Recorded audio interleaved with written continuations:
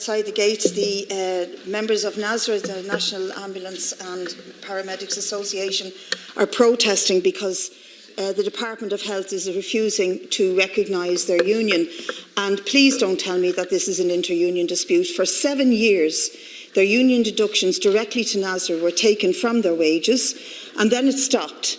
And it stopped because Minister Finian McGrath admitted it here, I have it on record some months ago, that the Department of Health will not recognise this union, that there are other unions they deal with and that those workers must be in those unions. They have a banner out there that says, "My union, my choice."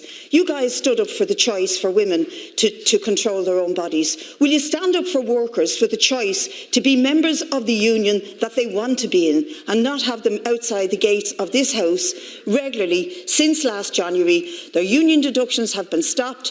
The Department of Health is refusing to recognise them, and yet, throughout the country, their union has the majority of paramedics and ambulance drivers. Are you invisible to workers and their rights?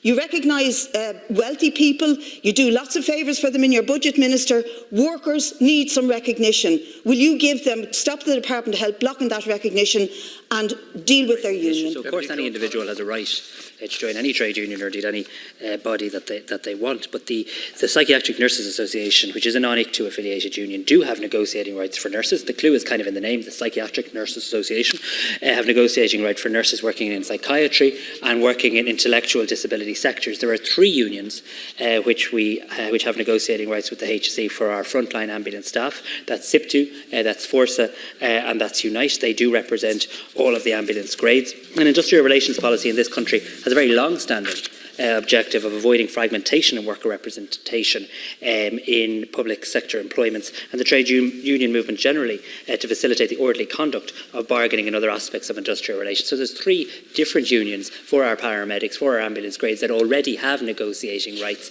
The Psychiatric Nurses Association, Please let the Minister respond. Have addressed the question fully. You mightn't like the answer, but I've addressed the question. I've addressed the question fully. There are 3 unions, FORSA, SIPTU and Unite, that have negotiating rights. Thank you, Minister. The PNA doesn't have negotiating rights.